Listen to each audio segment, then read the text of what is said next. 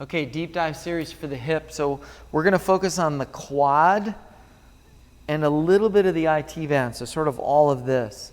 And this is really important for most people because they sit a lot. Sit when we drive, we sit at our desk, we sit while we're watching TV. And this muscle group in this flexed seated position gets really short. You probably heard me talk about it before, so I won't go into detail. So what we want to do is we want to soften it up. Okay, this is part one, the roll and release. So I'm going to use the foam roller here, and I'm going to get on the IT band. So I'm going to roll a little bit on the outside of the leg, and then I'm going to move to the quad. Now the targeted area here is a little higher in the hip. And I think I'll show this on the other side so you can see the movement. So I go here, I'm on the IT band, and then I roll to the quad.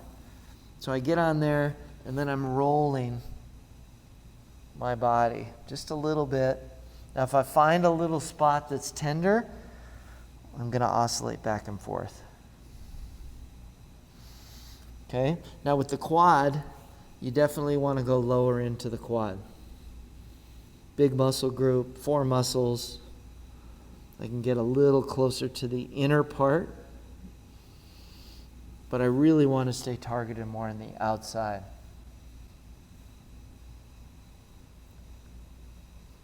Okay, roll and release, very specific, very targeted to the hip, the quad, and the IT band. All right, let's move on to phase 2. Okay, part 2 is the move and mobilize. So what we're going to do is we're going to do a little step back lunge. And notice that I'm focused on the back leg. That's the important leg that I want you to focus on. And I'm adding a little upper body. So I'm taking the leg back, and I'm adding a little upper body reach. So leg goes back, and then I come up. And it's good to alternate the legs. The reason you want to alternate the legs is you want to check right side, left side, which is a really good way to do it. Now I'm going to show you a little modification. You can come all the way down. Now the focus here is on the hip.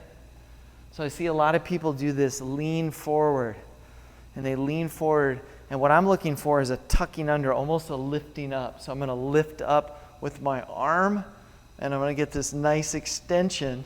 So I'm using the arm to drive the stretch. So I'm not stretching forward, I'm actually tucking under and then reaching up, and I'm getting a big stretch all the way through the hip. Okay, another thing you can do is add a little variation. You can add movement side to side. Okay, so I'll switch legs just so you can see it on the other side. So I go forward, get that nice tuck, I reach up, but then I'm allowing the hip to move side to side, because remember, we want to move in different planes of motion. I can even add a little rotation. So as I come around, and remember to alternate sides. So as I come around, I'm stretching that hip, tuck under, and rotate the upper body. Woo! Okay, move and mobilize. Now my hips mobilize. We'll move on to phase 3. Okay guys, part 3 now, we're going to focus on the strength and stabilize piece. Now, we're actually going to focus on the glutes, because now that we've opened the hip up, we want to focus on the muscle group, which is the opposite muscle group, which is the glutes, which actually extend or straighten out the hip. Okay, so you can do a very simple hip bridge, down and up. Now for the stabilization piece, what you'd want to do is you'd want to hold. So I'm holding that position, and your goal here is to get the hip totally straight. Now I've seen a lot of people do this, and their hips are so tight they can't straighten out, and so they start to arch their back. So make sure you're driving from the glutes, and then you support by drawing the belly in. So you're drawing the belly in so the core is tight, and then you stabilize.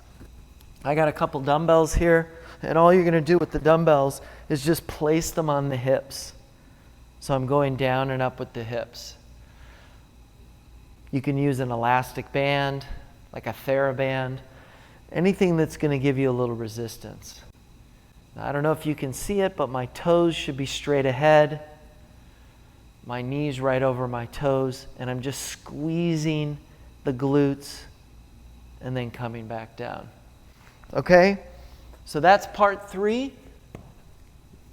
Strengthen and stabilize. Again, we focused on the glutes because that's what opens, now that we open up the hip, that's what keeps the hips open and strong. Hey, thanks for checking out this video. Please like the video if it was helpful for you. Make any comments below or any suggestions on other videos that you might like to see. You can also share this video. So say you know somebody that has some back issues or some type of issues that you think this would address, please share the video link with people. And of course, if you subscribe to our channel, you'll get updates and you'll get the latest videos as we release them.